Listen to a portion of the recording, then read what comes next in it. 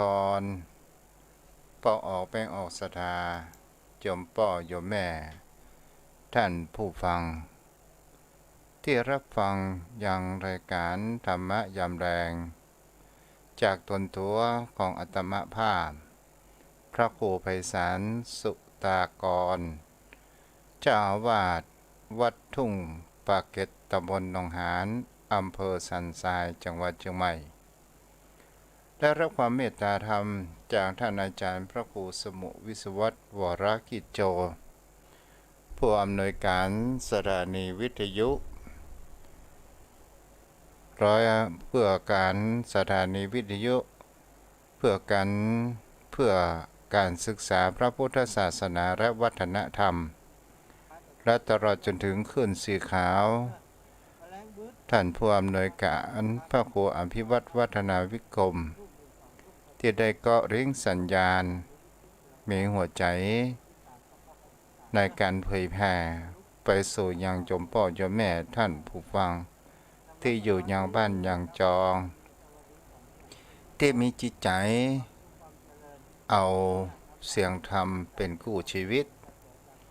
และหันสัจธรรมได้ศึกษาบางครั้งบางคราวคนเหล่านั้นเขาเชื่อตัวเองมากเกินไปลงตัวเองมากเกินไป ว่าเขานั้นเป็นคนฉลาดมากกว่าคนอื่นแท้ที่จริงแล้วสิ่งที่เขามาโหนั้นมันก็มีอยู่มากเป็นสิ่งที่โยมพ่อโยมแม่ก็เป็นสิ่งที่ผู้คนเฮาทั้งหลายก็จะต้องสรรหาในสิ่งที่คนเฮานั้นขาดอย่างนี้เป็นต้นโยมพ่อโยมแม่ก็เป็นสิ่งที่ผู้คนเฮาทั้งหลายเฮาก็มาศึกษาในเรื่องแห่งคำว่าพระธรรมคำสอนของพุทธองค์กันเมื่อตะวันนี้ทุเจ้าก็ได้อู้เกี่ยวกับเรื่องแห่งคำว่าจิตใจและเราจะทำอย่างใดให้มันสงบนั่นเองก่อนที่จะเข้าไปสู่ในรายการนั้นก็ขออนุโมทนากับโยมแม่จันเพ็ญคำโพธาที่ถวายจตุปัจจัยส่วนตัวให้กับทุเจ้า1,000 บุญญาบารมีและก็มีทางคนโยมป่อสมศักดิ์ปัญจรันท่านนั้นได้ทำบุญกุศลถวายซื้อที่ดินตามกำลังของท่านบางครั้งก็เป็นตารางวาเป็นตารางเมตรตารางวาก็ได้โอนเข้าบัญชีก็ขออนุโมทนากับโยมป่อถ้ารับฟังกันอยู่ศรัทธาญาติโยมป่อโยมแม่ตีนั้นค้างแห่ง300,000ถ้าไผ่พร้อมจะทำบุญก็เจิญเด้อแล้วก็อนุโมทนากับแม่จันเพ็ญคำโพธาถวายจตุปัจจัยก็ช่วงนี้ก็ยังว่าเขาอยากมากแพงโยมพ่อโยมแม่ตัวเจ้าตั้งแต่โควิดมาก็ถึงบ่ได้ไปไหนเป็นแตะเป็นว่ารอค่างานศพอย่างเดียว ก็เป็นอะไรยังมันก็ตกไปอย่างนั้นเนาะธรรมดาศรัทธาญาติโยมทั้งหลายเป็นเรื่องของชีวิตโยมพ่อโยมแม่วันนี้ทุกเจ้าจะอู้ในเรื่องแห่งเขาคำว่าศาสนาพิธีเมื่อตะกี้นี้ได้ยินท่านอาจารย์พระครูอภิวัตวัฒนาวิกรมได้อู้เรื่องแห่งคำว่าพุทธเป็นชาวพุทธในทะเบียนบ้านมันก็เป็นสิ่งที่คนเฮาหันนะว่าเป็นคนพุทธจริงแต่มาหูรักธรรมขนบธรรมเนียมประเพณีในการไหว้พระรับศีลต่างๆโยมพ่อโยมแม่เฮาก็ลองสังเกตว่าบุคคลเฮานั้นถ้าว่ามีงานเกิดขึ้นในชีวิตในครอบครัวของเฮาก็ตามถ้าคนที่จะจุดธูปจุดเทียนก็สังเกตและหันได้ว่าบางคราวบอกเขากล้า บอกว่าบ่จ้างบอกเคยทำกว่าทำผิดพลาดศรัทธาญาติโยมทั้งหลายก็หมายถึงคำว่าผู้คนเฮานั้นบางครั้งบางคราวอยู่ตั้งนอกอย่างใดบ่เตื้อเก่งไปเสียทั้งหมดแต่ถ้าเข้าไปอยู่ในแห่งคำว่าศาสนาพิธีแล้วมีความเก้อเขินมีความประมาทต่างๆจากก็จุดธูปจุดเทียนเนี่ยโยมพ่อโยมแม่แท้ที่จริงคำนี้เนี่ยเป็นคำที่ถูกต้องเพราะว่าในราชบัณฑิตเพิ่นบอกว่าสร้างให้มันเป็นคำของจองแต่การกระทำนั้นมันผิดแผกจุดธูปจุดเทียนแต่ทำไมว่ายังบ่จุดธูปก่อนจุดเทียนทีหลังกับเพิ่นบอกว่าจุดธูปจุดเทียนคนเฮาก็มาแปลงหันว่าจุดเทียนจุดธูปมันเป็นคำที่บ่ของจองนี่ก็เป็นสิ่งที่คนเฮานั้นเรื่องศาสนาพิธีอย่างเช่นจุดเทียนเบื้องซ้ายของตัวของเฮาก่อนขวาของพระพุทธเจ้าซ้ายจุดเทียนเล่มซ้ายแล้วไปจุดเทียนเล่มขวาแล้วจุดธูป3 ดอกยพ่อยมแม่ก็เป็นสิ่งที่คนเฮานั้นบางคราวสิ่งเหล่านี้ที่มันเป็นหญ้าปากคอก ใกล้ตัวแต่ก่อให้เกิดแห่งความหม่เกิดขึ้นตลอดจนถึงการประเคนขันศีลสวยดอกใส่ขันแก้วทั้ง3อันนี้เผื่อไปคนที่มามีหัวใจเป็นธรรมะบ่ได้ไปวัดไปวาส่วนโยมพ่อโยมแม่คงจะไปวัดไปวาเหมือนกันทุกคนคงจะรู้เกี่ยวกับการประเพณีต่างๆและคำว่าถึงในเกี่ยวกับการที่ว่าผู้คนเฮานั้นเกิดแห่งความเพิ่นว่าเก่งอยู่ต่างนอกแต่แต่บ่สามารถที่จะมีความเก่งกล้าหาญอย่างนั้นได้ ตลอดจนถึงการที่ว่าอาราธนาศีลก็บ่สามารถที่จะกระทำได้โยมพ่อโยมแม่ก็เป็นสิ่งที่เฮาเพิ่นว่าหญ้าปากคอกบางคราวคนเฮาแผ่เมตตาเมตตาเป็นภาษาบาลีกรรมพื้นเมืองเฮาอิตังฐานะกัมมังบางคนบางท่านนั้นก็บ่ได้เพราะอย่างเล่าเพราะว่าเฮาบ่คุ้นเคยกันนั่นเองนี่ก็เป็นสิ่งที่คนเฮานั้นจะและสังเกตและหันได้โยมพ่อโยมแม่เฮาก็ลองดูเฮาอย่าให้เป็นพุทธในทะเบียนบ้านนั่นเอง วันนี้ก็เข้ามาสู่แห่งคำว่าเมื่อความคิดหรือว่าจิตของผู้คนเหล่านั้น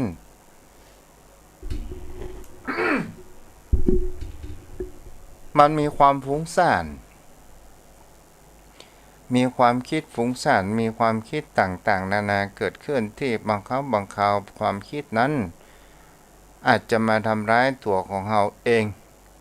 และเราจะหาวิธีใดที่จะทำให้เรานั้นมีความคิดที่ดีงามเกิดขึ้นวิธีคิดที่เป็นดีงามเราจะมีการคิดอย่างใดเวลาเราเผชิญปัญหาหน้าสิวหน้าขวานเผชิญปัญหาในเกี่ยวกับกำจ๋าของผู้คนเฮานั้นก็ดีตลอดจนถึงเกิดเหตุการณ์อย่างก็ตามเขาจะทำอย่างไรในที่นี้ครูบาอาจารย์ก็ได้บอกว่าหยุดอยู่เฉยๆก็คือบ่ได้ทุนและบ่ขาดทุนบ่สูญกำไร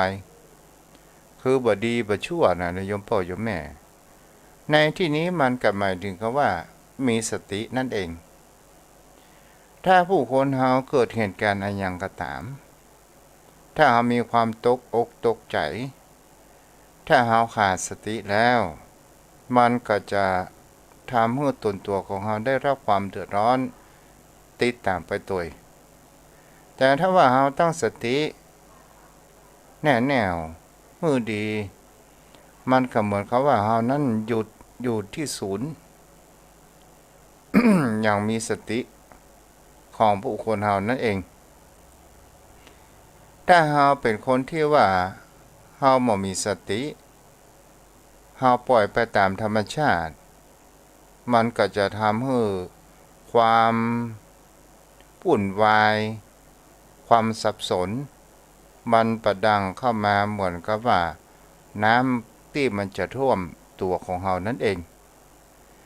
แต่ถ้าว่าบุคคลที่เรามีสติมีปัญญาที่เราสามารถที่เราจะรู้ทันก็จะประกอบให้เกิดแห่งความวุ่นวายเกิดขึ้นได้แต่ถ้าว่าบุคคลที่รู้บ่เท่าทันของจิตของใจเราก็จะตกเป็นอำนาจไปตามกระแสของกิเลสอันเป็นธรรมชาติทำไมต้องอู้ถึงเช่นนี้นะโยมพ่อโยมแม่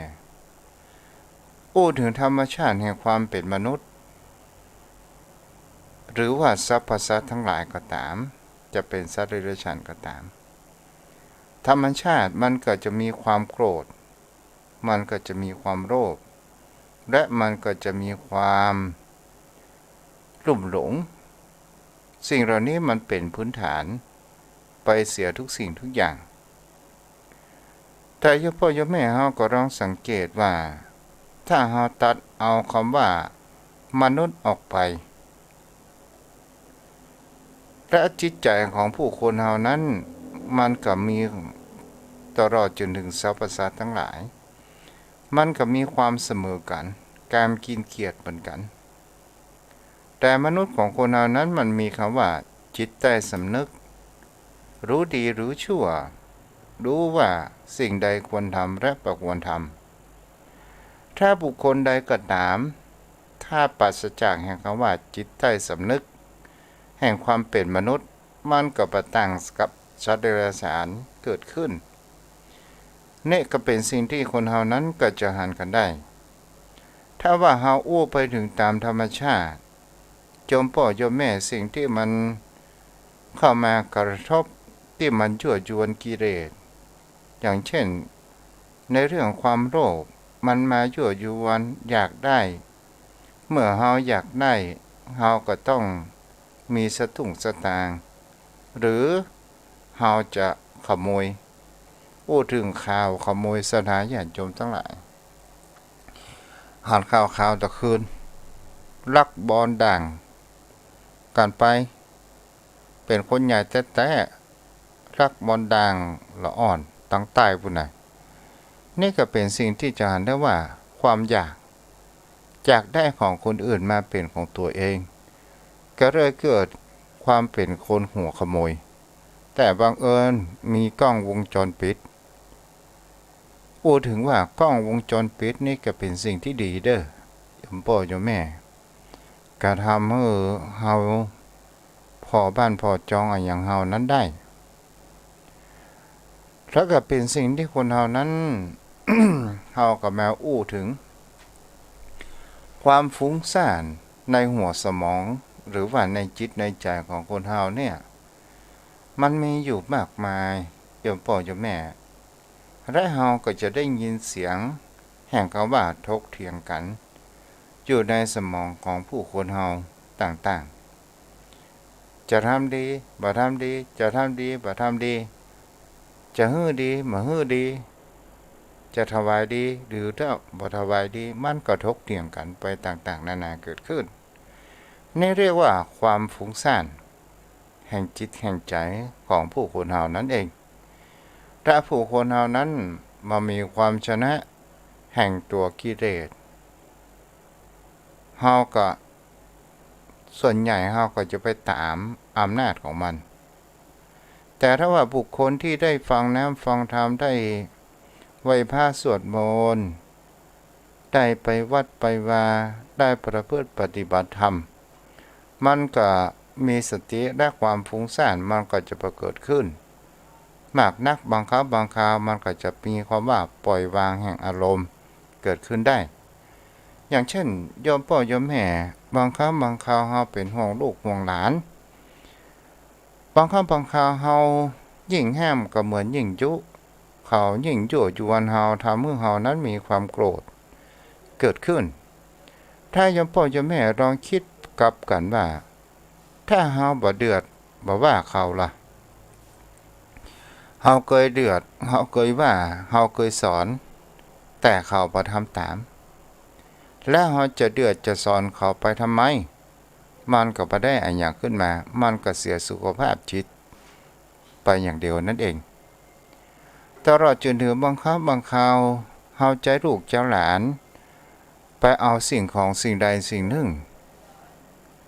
ลูกหลานนั้นบางครั้งบางคราวเฮาใจเขาบอกว่ากรรมเดียวก่อนเมื่อจิตใจของเฮาบ่ได้เหมือนดั่งใจแล้ว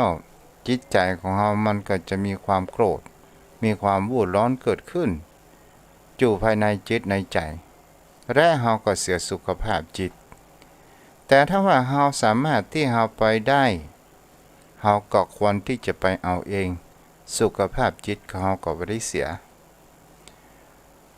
แต่ลูกหลานบางท่านบางคนก็มีความกตัญญู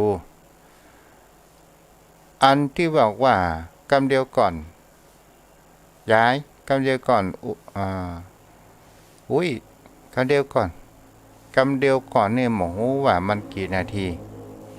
นี่แหละโยมพ่อโยมแม่ก็เป็นสิ่งที่คนเฮานั้นบ่สามารถที่จะคาดคะเนได้กรรมเดียวก่อนกับบืดหนึ่งเป็นสิ่งที่คนเฮานั้นก็ได้ยินได้ฟังกันบางครั้งบางคราวอย่างเขาว่าลูกเต้าเฮาทำผิดมา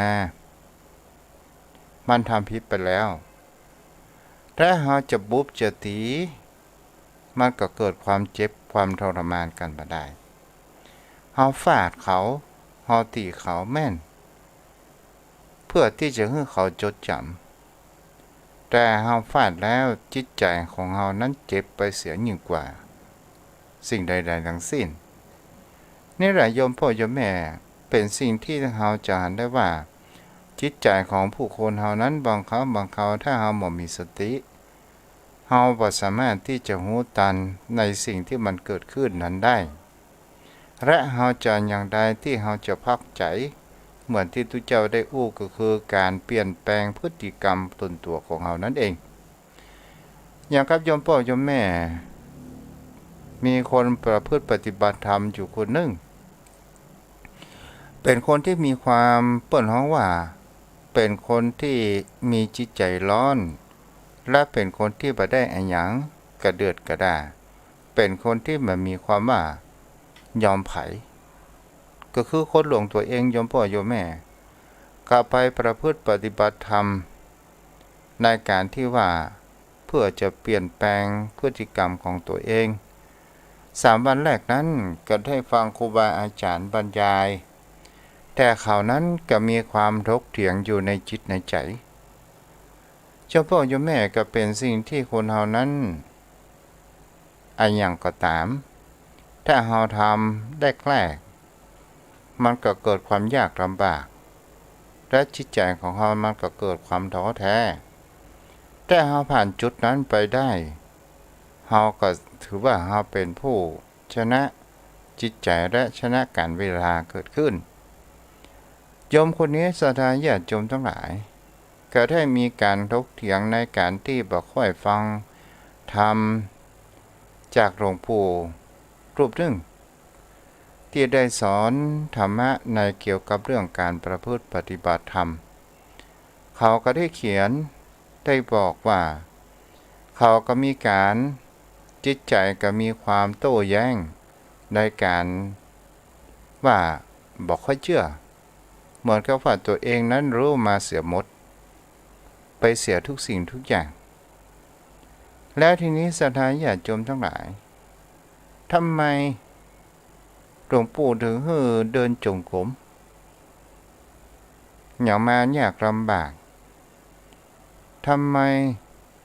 เฮา เดินชั่วโมงนั่งชั่วโมงต่างๆนานาเกิดขึ้นการก็มีความต่อร้อต่อเถียงอยู่ในสมองของเขานั่นเองบางครั้งบางคราวก็มีความต่อว่ากับคนรอบข้างเหมือนกับว่าเป็นคนที่อู้ย่อยเป็นคนที่เคยอู้ได้มาประพฤติปฏิบัติธรรมเปิ้นให้ปิดวาจาบ่อู้วาจาการที่บ่อู้วาจานั้นโยมพ่อโยมแม่มันก็เหมือนกับว่าเฮาขาดไปเสียทุกสิ่งทุกอย่างในการสื่อสารแต่มันยังบ่เสียไปเสียทั้งหมดมันก็ยังมีคำว่าอวัยวะทางด้านร่างกายจะเป็นมือจะเป็นหน้าตาของเรามันยังสามารถที่จะสื่อสารนั้นได้อยู่เมื่อบ่ได้อู้บ่ได้จ่าโยมพ่อโยมแม่มันก็มีความรำคาญเถือดเมื่อนิสัยของตัวเองนั้นเป็นคนที่ชอบอู้จ๋าอู้สนทนาเล่าขวัญเปิ้นพ่องอู้จาเรื่องบอกเก่าพ่อง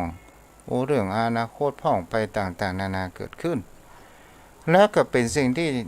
เมื่อบ่ได้อู้มันก็มีความทรมานมากเหมือนกับโยมพ่อโยมแม่ที่ กักขังบริเวณในการเรื่องโควิดโยมพ่อโยมแม่เฮาก็ลองสังเกตดูว่าถ้าว่าเปิ้นกักอยู่ในห้องในหอ15วันเนี่ยมันบ่ใช่น้อยๆนะโยมพ่อโยมแม่กักขังตัวของเฮาเอง เท่ากับการกักขังจิตใจของเฮานั่นเองจิตใจนี่มันจะมีความดิ้นทุรนทุรายเกิดขึ้นถ้าเฮาบ่มีมือถือซ้ำไปใหญ่โยมพ่อโยมแม่มันก็มีความดิ้นทุรนทุรายมันอยากจะอู้อยากจะสื่อสารแต่ผู้หญิงคนนี้นั้นก็เป็นคนที่ต่อร้อต่อเถียงเกิดขึ้นไปต่างๆนานาเกิดขึ้นก็ด้วยการที่ตอนที่สอบอารมณ์ก็ได้ไปอู้กับพระวิปัสสนาจารย์กับตนตัวของหลวงปู่นั่นเองก็บอกว่าทำไมต้องปิดปากปิดวาจาหนูจะอกแตกตายไปแล้วหลวงปู่นั้นว่าอกแตกตายก็ดีจะเป็นเจ้าภาพจะเอาไม่เอาอย่างจะเป็นเจ้าภาพยิ่งใหญ่ในการปฏิบัติธรรมตายนั่นคือเป็นการที่สมเกียรติมากโยมคนนั้นก็ได้หันได้ว่าโอ้เป็นสิ่งที่เปิ้นบ่ได้ให้กำลังใจพระวิปัสสนาจารย์รูปนั้นเปิ้นได้ให้กำลังใจแล้วก็ยังมาซ้ำถึงว่าอกแตกตายก็ดีนี่แหละโยมพ่อโยมแม่ก็เป็นสิ่งที่คนเราจะหันได้ว่าอัตตาของเรานั้นมันเกิดขึ้นอัตตาตัวนี้ก็คือตัวกูของกูมันเกิดขึ้นทำไม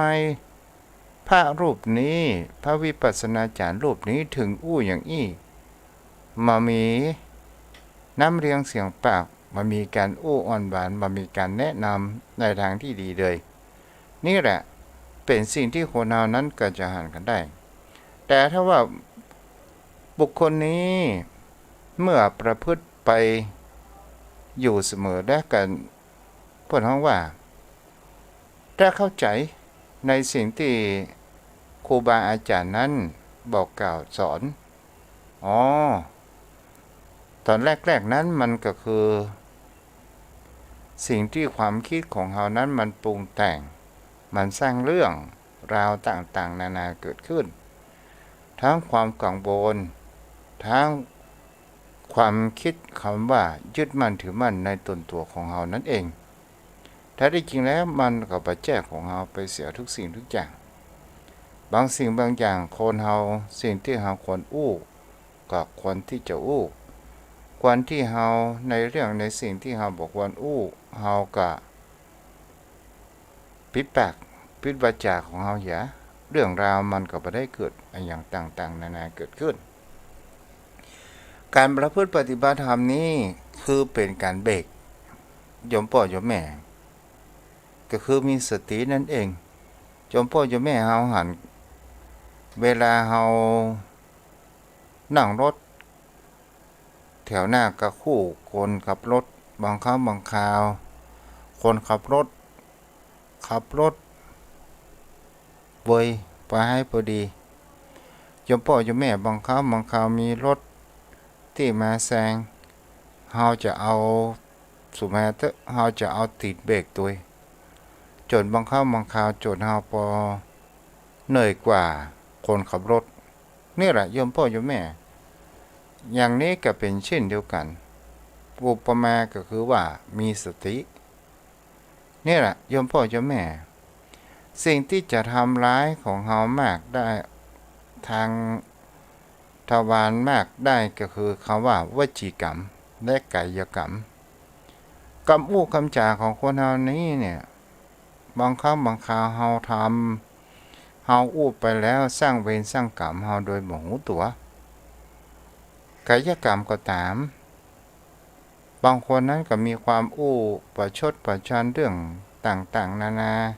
เรื่องความเสียหายเล่าขวัญเบิ้นพ่องในบางครั้งบางคราวก็สร้างเรื่องในสิ่งที่เขาบ่มีซึ่งมันมีนี่แหละเป็นวจีกรรม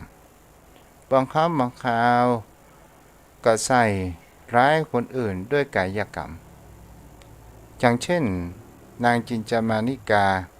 ที่ใส่ร้ายพระพุทธองค์ว่าพระพุทธองค์นั้นมีอะไรอย่างกับนางสุดท้ายแล้วก็เป็นสิ่งที่เราจะเห็นได้ว่ามันก็ต้องมีสิ่งที่เราบ่ได้กระท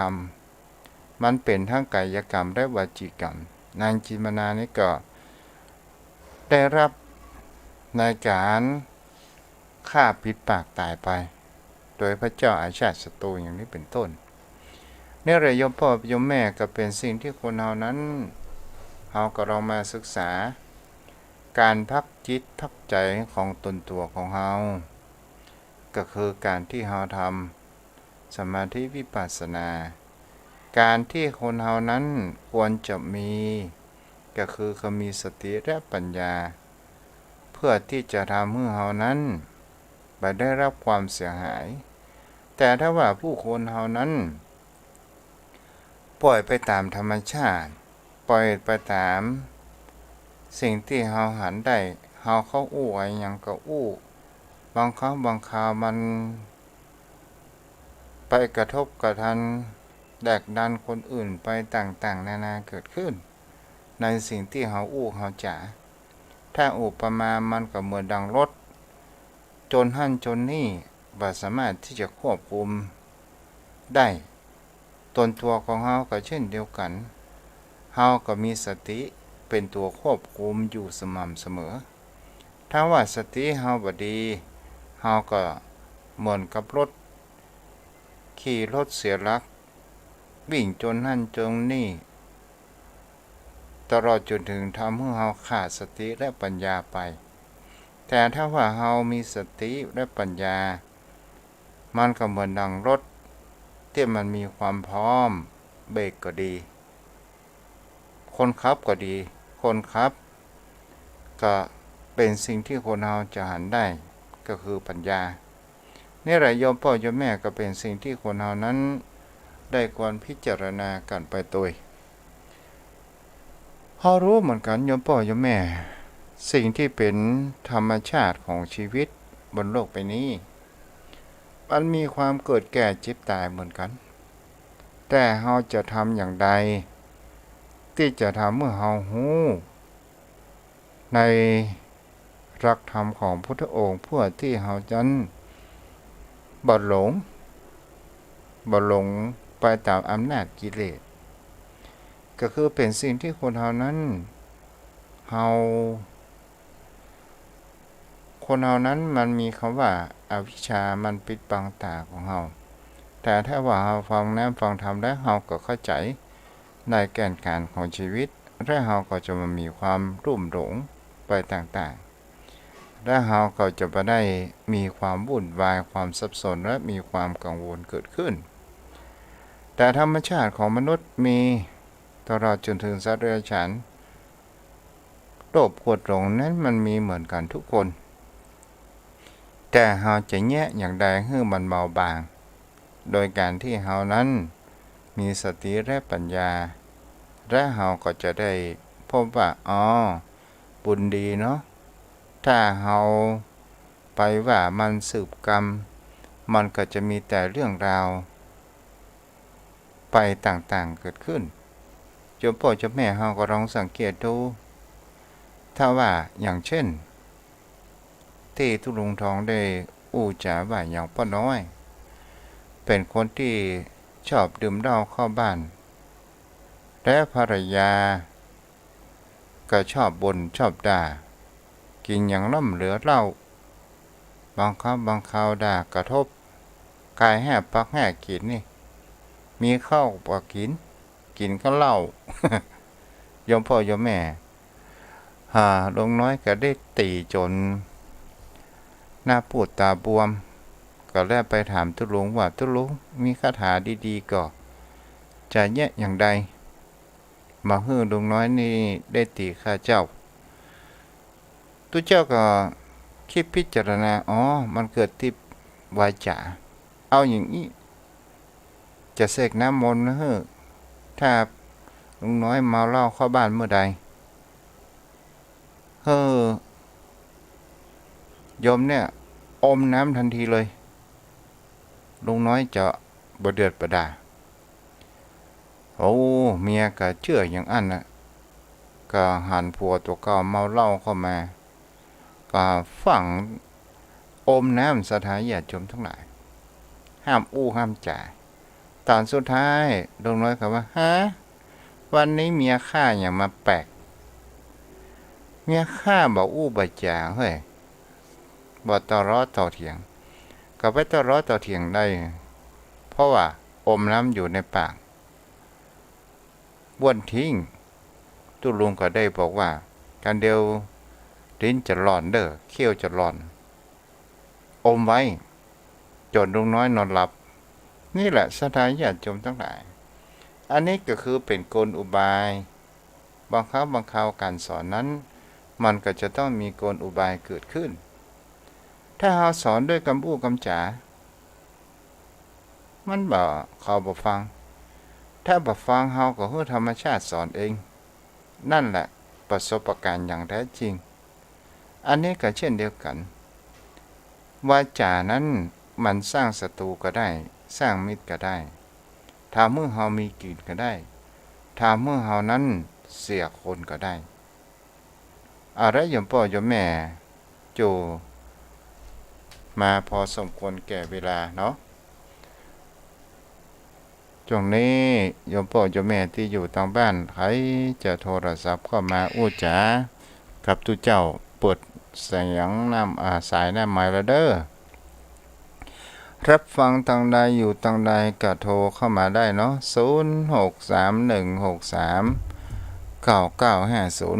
พูดถึงว่าเรื่องที่ดินสปอร์ตบ่กล้าเปิดเนาะโยมพ่อโยมแม่ช่วงนี้เฮาก็ยังว่าอันอย่างกระปงกระแปงหมดเนาะชิ้นหมูกระแปงชิ้นควายกระแปงไก่กระแปงมีแก้ผักกาดจ้อนอย่างเดียวบ่แปงเนาะ โทรเข้ามาได้0631639950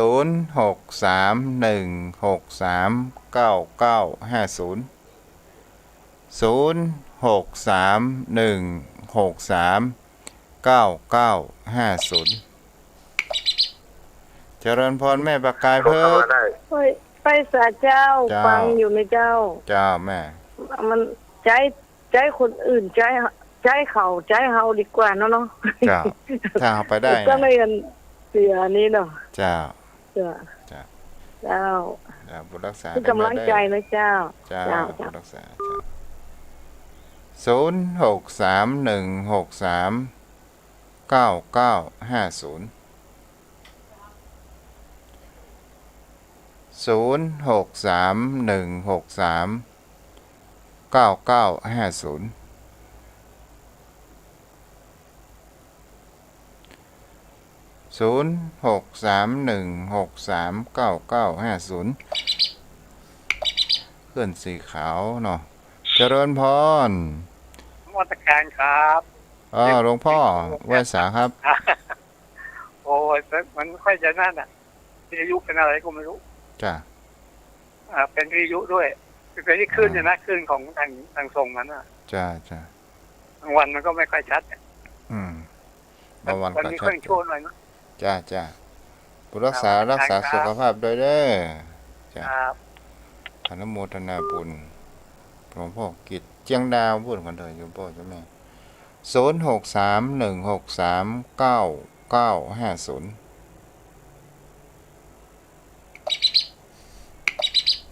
รายงานตัวเด้อเจริญพรแม่ เจ้าไว้สัตว์เจ้าโยมแม่อยู่เมืองฝางแกงหัวลินเวียงฝางเจ้าฟังชัดเจนดีเจ้า ดีเนาะจ้ะวันนี้ได้แก่นสารนายอมพ่องวันนี้ อุบจ้าง อุบัติจังเนาะดีละแม่ เจ้า เจ้าบัดแจ้แก้วอุบัติจัง เจ้า บัดจังอู้กันแม่จ้ะ โทรเข้ามาได้เด้อ0631639950เจริญพร ว่าสาเจ้าไม่สาวรักษ์ราชการเจ้าฟังอยู่เจ้า เจ้าได้ เจ้า ฟังแล้วได้เนื้อหาสาระก่อนโยมแม่ เจ้า เจ้าเข้าใจอยู่เจ้า เจ้า จ้ะ แม่มี พระบาท ก่อตี อุดมนะ ใจลูก เจ้า ใจหลานกันเดียวก็ว่าเดียวก่อนนี่แหละแม่ อ๋อแม่อยู่คนเดียวเจ้า แม่อยู่คนเดียวเนาะอ๋อ เจ้า จ้ะ เจ้าว่าสาเจ้า เจ้าชัยประการขึ้นสีขาวเนาะนี่แหละโยมพ่อโยมแม่ ผู้มีจิตใจเป็นหัวเป็นผู้มีจิตใจเป็นธรรมะแล้วขึ้นนี้มันตรงจิตตรงใจของสดาญาติโยมพ่อโยมแม่รับฟังธรรมะเฮาก็มีจิตใจที่มีความคุ้นชินและก็ก่อให้เกิดเฮาถึงแห่งพระรัตนตรัยและเฮาก็จะมามีคำว่าลงตายนั่นเองเพราะว่าจิตใจของเฮานั้นผูกมัด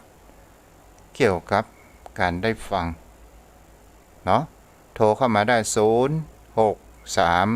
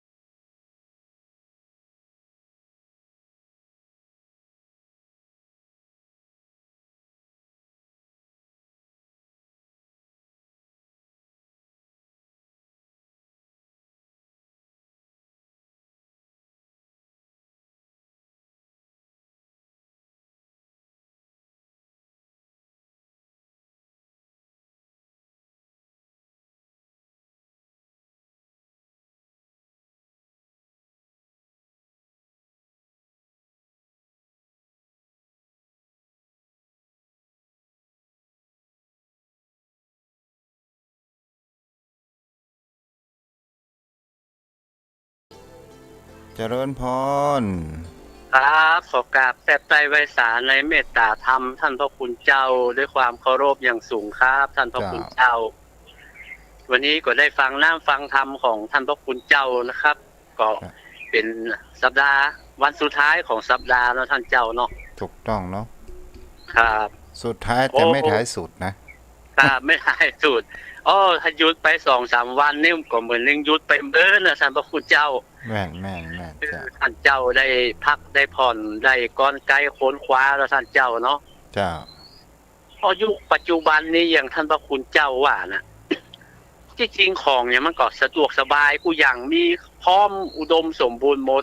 แต่สตางค์มันกล้ามันน้อยนะท่านเจ้าเนาะ แม่นอ่ะ เพราะร้อยเนี่ยซื้ออย่างได้บักกี่อย่างกี่อันท่านพระคุณเจ้า มันบ่เหมือนแต่ก่อนแต่เดิมอ่ะแต่ก่อนนี่โอ้ตัง เพราะนั้น ไว้ แต่ สา ก่อ ท่าน นเจ้า นี่มีสตังค์กี่บาทถือว่าเป็นเศรษฐีมักฐานะปานกลางอ่ะ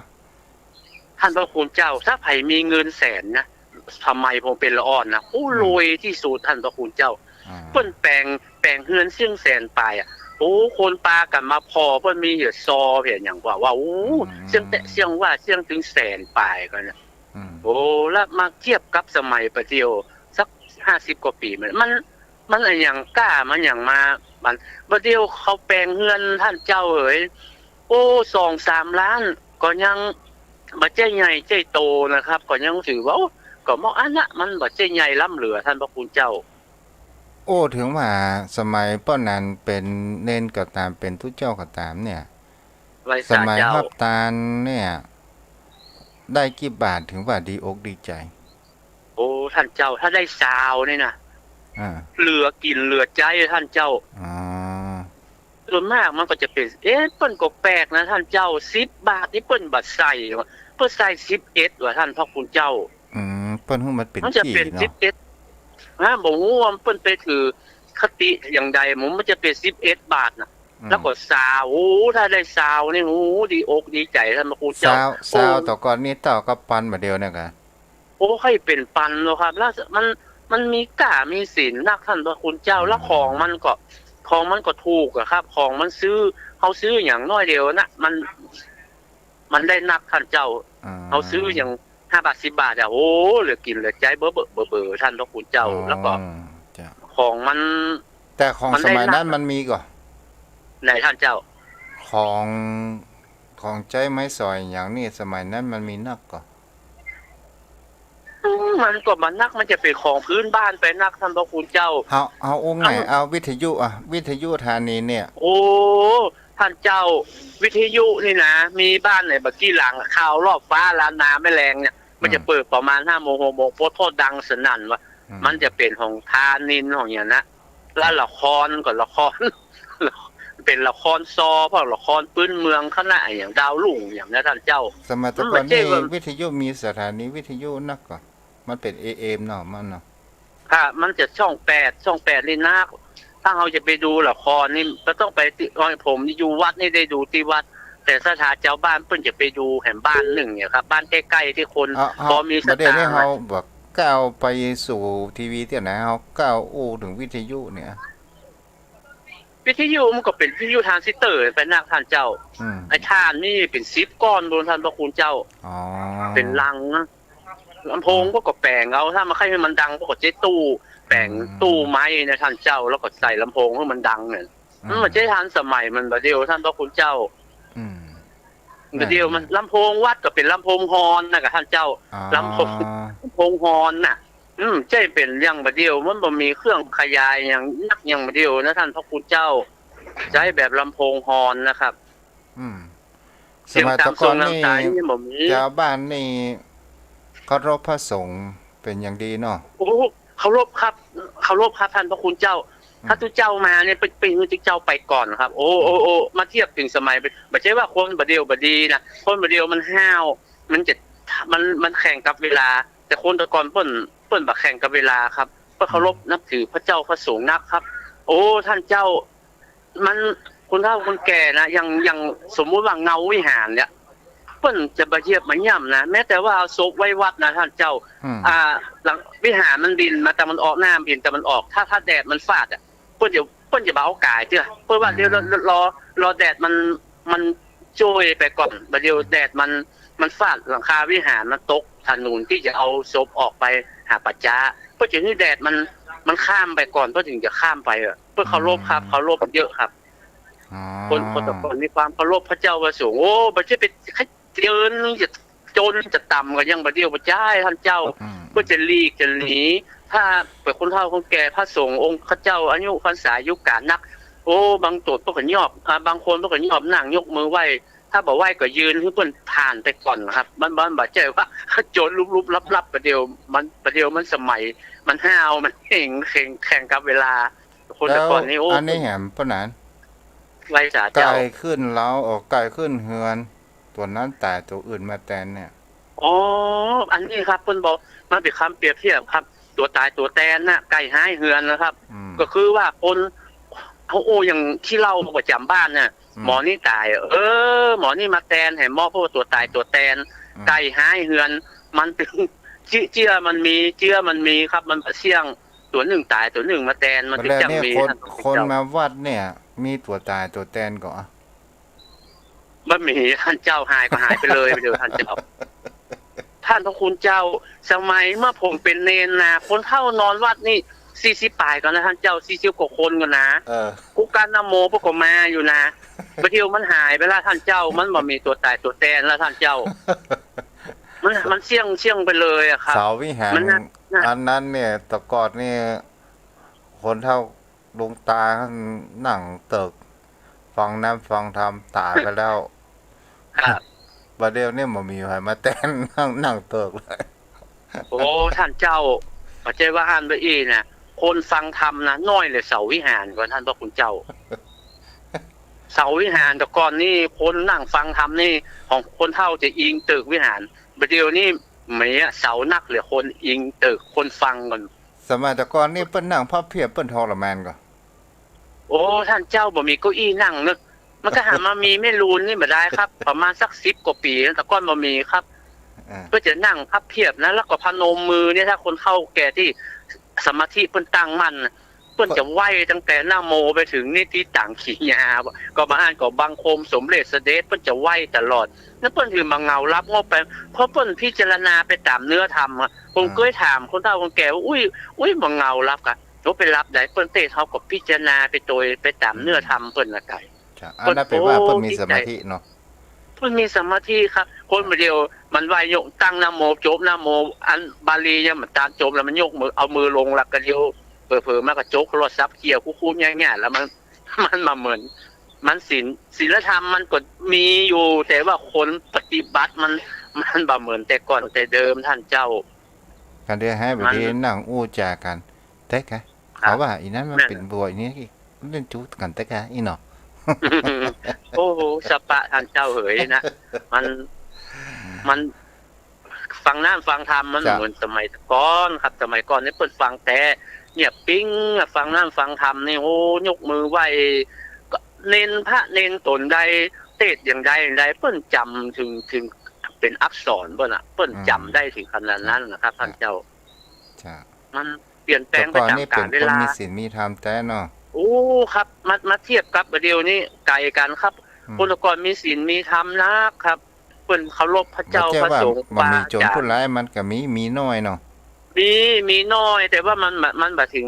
นักบัดเดียวบรรจุมันหลอกพระเจ้าพระสงฆ์นี่แต่ก่อนบ่ได้เคยได้ยินข่าวครับ คนเพิ่นมีศีลมีธรรมเพิ่นกลัวกันเพิ่นนึกถึงพระเจ้าพระสงฆ์ที่เพิ่นอยู่วัดอยู่วาเพิ่นมีความปิติยินดีหันผ้าเหลืองครับ มันแบบเช่นเหมือนสมัยประการบัดเดียวท่านเจ้า จ้ะ ก่อนนี้เพิ่นเคารพนับถือแต่ครับ รับ ด้วย ก็ ความ นะ ศรัท ปั่นธาตังนี้เพิ่นได้โทรมาเนาะ ครับขอกราบไหว้สาท่านเจ้านะครับกราบไหว้ รักษา สา ได้ขนาดเด้อที่โทรมาอู้สนทนาเรื่องประกอบประเกื้อเนาะนี่ก็คือเป็นเรื่องที่ทุกเจ้าก็บ่ได้ยินพ้องเนาะเอาใครจะโทรเข้ามายังมีเวลาอยู่เด้อ0631631639900631639950 708ของไผเนาะ270โทรเข้ามาได้เด้อแล้วก็724ของไผโทรเข้ามาได้เนาะแม่บัวบุญ วันนี้ประนานมาก่อนเนาะ วันเนี้ยวันบ่มีใบโทรมาก็คือเพิ่นน่ะก็ เนี่ยแม่ไปส่งผ้ามาประเดี๋ยวนี่อย่ามาเปิดจับเลยพอดีอ่ะ จ้ะ เนี่ยประเดี๋ยวเนี่ยตัวเจ้าตัวนั้นรอเนาะ อืม ตัวนี้งามเนาะเนี่ยเนาะ อืม ประเดี๋ยวนะมึงว่างามกับวัดน่ะอย่า มีโลกประเดี๋ยว แต่ก่อนนี่แม่เป็นเจ้าฟ้อนก่อน แม่ไปหันแต่แม่ไม่ได้ฟ้อนแม่ก้าวยาว อ๋อ ไปฮัดเหมือนกันนะเปิ้นก้าวสั้นนะแม่มันก้าวยาวแม่สูงกว่าเขาน่ะกะ เขาว่าพระเน้นให้ดีกับเมาเจ้าฟ้อนนะไว้ ถ้านมน่ะกะ เขาถึงถามเราไปเจ้าฟ้อนก่อไอ้หรอแต่ก่อนนะมูลนมนี่นะเจ้าฟ้อนกู้กับอันน่ะกะ เน้นน่ะกะ อืม ไม่ก่อนน่ะ ให้ดีก็ได้น้อยเนาะให้ดีก็ได้หนา มีแต่เหรอไปเจ้าฟ้อนนี่หรอไปแวเจ้าฟ้อนน่ะกะ อืม นะพระเถรเน้นน้อยโอ้แม่นี่จะไหว้จนสุดยอด เจ้าฟ้อนเนี่ยนี่ ถ้าอย่าแม่นขนาดนี้นะ เปิ้นให้อย่ากับจังฟ้อนนะเพิ่นถึงได้ซื้อกล่องมาเนาะ โอ้เล่ แม่นี่นะ จ้ะ แม่ก็ว่าเล่นนะฟังทำแม่จะไหว้จนสุดยอดเนาะแม่ยังดูตู้พระที่เพิ่นบ้านะไหว้อยู่นะว่า เขาก็ค่อยหัวว่าแซวปะนานกัน สมาเนี่ยว่านานว่าเล่นก็ได้ ธรรมดานะจ๊ะเนาะ สาธุนะเจ้า จ้าบุญรักษาเด้อแม่เด้อ เจ้า 0631639950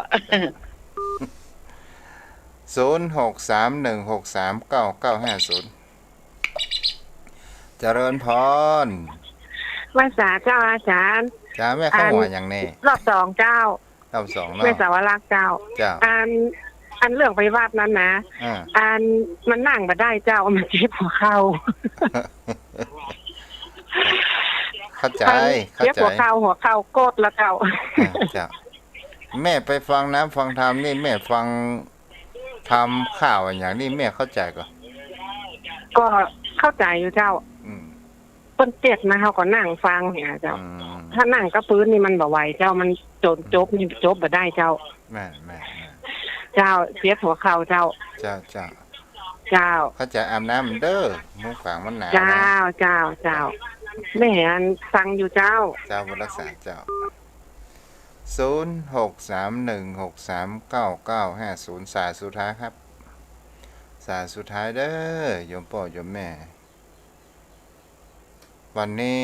สุดท้ายสัปดาห์แต่ไม่ท้ายสุด อาทิตย์หน้าก็มาพบกันใหม่เนาะเมื่อใดหมูเด้อ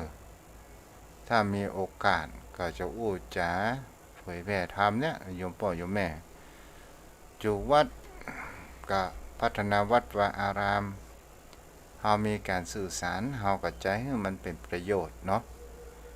โยมพ่อโยมแม่เฮาก็อู้จากันตู้เจ้าก็ถือว่าตู้เจ้าเป็นลูกเป็นหลานกันเด้อโทรมาบ่ทำไปกลัวว่าจะอู้ผิดพลาดประการใดโทรมาเถอะเนาะเจริญพรโอ้เวลาหมดแล้วกันเนี่ยจ้า พระศาเจ้า จ้าบุญรักษาได้แม่เด้อ เจ้าแม่อยู่อันโดยรอไปเด้อ จ้าบุญรักษาเด้อ ครับ หมดเวลา เจ้า พอดีจ้า เจ้าไว้สาเจ้า บุญรักษาเด้อเอาไว้จะอีเด้อโยมพ่อโยมแม่เจริญพรบุญรักษา